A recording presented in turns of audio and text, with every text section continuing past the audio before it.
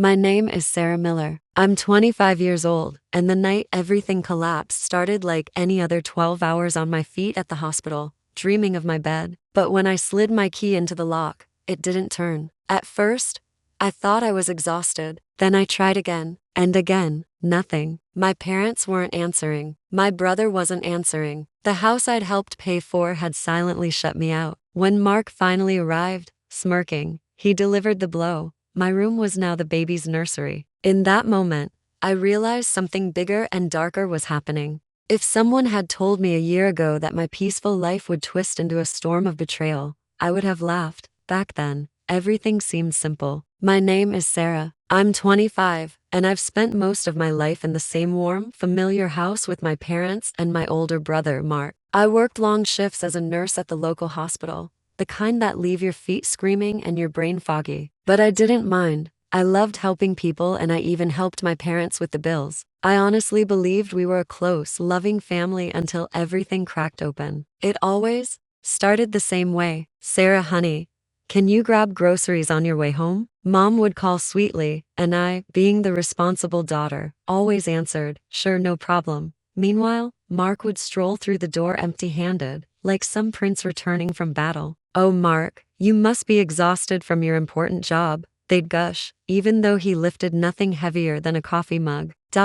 My best friend Lisa tried to shake sense into me. Double quote Sarah. They treat you like the household servant. Why don't you see it? I just smile and shrug. They're my family, Lisa. They love me. Then I met Alex, a warm-hearted teacher who noticed everything. We clicked instantly, and he quickly picked up on the imbalance at home. Sarah, I'm not trying to meddle, he said softly, one evening. But don't you think your parents favor Mark? I laughed, brushing it off. But inside, a tiny sting stayed. Things got even weirder when Mark dropped his big news at dinner. Emma and I are having a baby. You'd think he'd just discovered the cure for cancer. Mom squealed. Dad clapped. And suddenly, baby shower plans flew through the air faster than confetti. This calls for a celebration, Dad declared, pulling out the fancy champagne they never even glanced at for my nursing graduation. I forced a smile, but inside, something twisted. Why wasn't my success worth a toast? One night,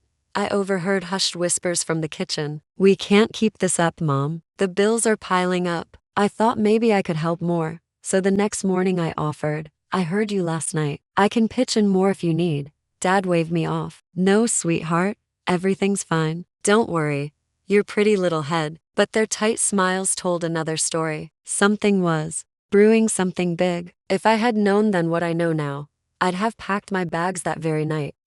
After another exhausting 12-hour shift, I dragged myself home, dreaming of my bed. But when I slid my key into the lock, it didn't turn. What? I whispered, twisting it harder. Nothing. I tried again. Still nothing. Confused and slightly panicking, I called Mom. No answer. Dad. No answer. They always answered. My chest tightened. I called Alex. Hey, something's wrong. Can you come over? He arrived almost instantly, and the two of us sat on the porch for hours. The longer we waited, the heavier my stomach sank. Maybe they left and forgot to tell you about the lock change, Alex suggested gently. Hours later, Mark rolled up in his shiny car, wearing a smug grin like he'd been waiting for this moment. Well, if it isn't little sis, he said lazily. Mark, what's going on? Why doesn't my key work? I demanded, trying to steady my shaking voice. He leaned against his car door like he owned the world. Oh, didn't Mom and Dad tell you?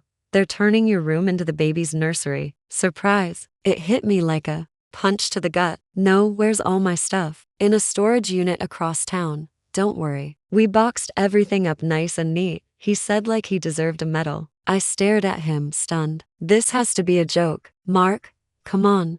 Seriously. Just then, Mom and Dad pulled into the driveway. I ran to them, desperate for something, anything that made sense. Mom, Dad, please tell me this isn't true. Dad looked away. Mom exhaled softly. Sarah, honey, we thought it was time for you to spread your wings. You're an adult now. Spread my wings? You're kicking me out now? Now. Dad added, it's for the greater good of the family. Mark's baby needs a proper nursery. My jaw dropped. And what about me? Where am I supposed to go? Mom patted my arm gently. You're a smart girl. You'll figure it out. Tears streamed down my face as I looked at Alex. He stepped forward immediately. She can stay with me, at least until she gets things sorted. As we loaded what little I had into his car, my whole body trembled. My own family just tossed me out like garbage. I whispered. Alex squeezed my hand. We'll figure this out, Sarah. I'm here. But while he drove, all I could think was how deeply Vade betrayed me. And that betrayal, it was only the beginning. After a few days at Alex's place, I wiped my tears and forced myself to stand tall. If what they did wasn't illegal, it had to be close. I dove into research, tenant rights, eviction rules, everything. And guess what? I was right. I called Lisa.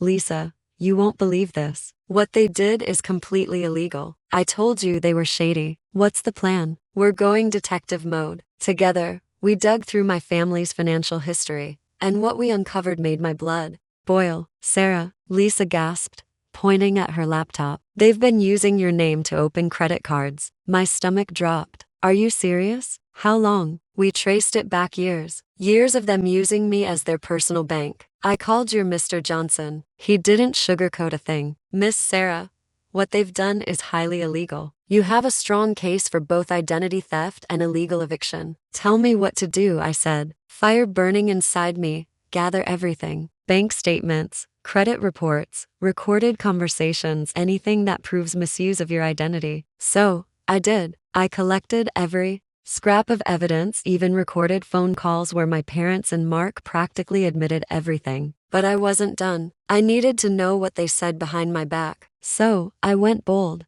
Alex, I need your help. I'm about to do something crazy. I'm in, he said instantly. When the house was empty, we snuck in and hid tiny cameras in my old bedroom, now the precious nursery. And the things we heard, it felt like knives in my chest. Good riddance to Sarah, Mark said. Now we can finally cash in on those credit cards. Mom laughed. She was so gullible, never questioned anything. I clenched my jaw, forced myself to stay calm. This was gold for the case. I called Aunt Carol first. Aunt Carol, you won't believe what's been happening. After I told her everything, she was horrified. Oh honey, that's awful. What do you need? One by one, I contacted more relatives. Each one was shocked. Each one supported me.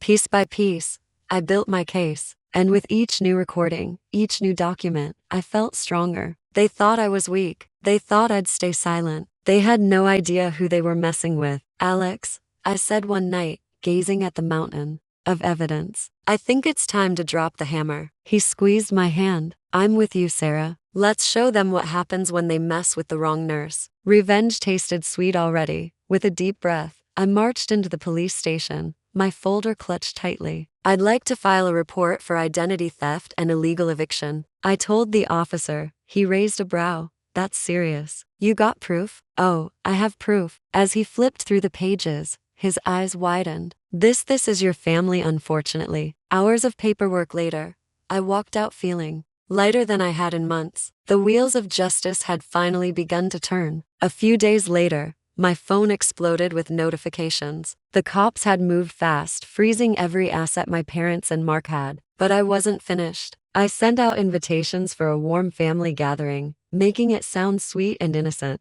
Aunts, uncles, cousins, everyone was invited, and they had no idea what was waiting for them. When the day came, I stood quietly as everyone trickled in, smiling, laughing, clueless. And right then, my parents and Mark looked at particularly smug, probably thinking, Feed gotten away with everything. I waited until everyone had settled in before dropping the bomb.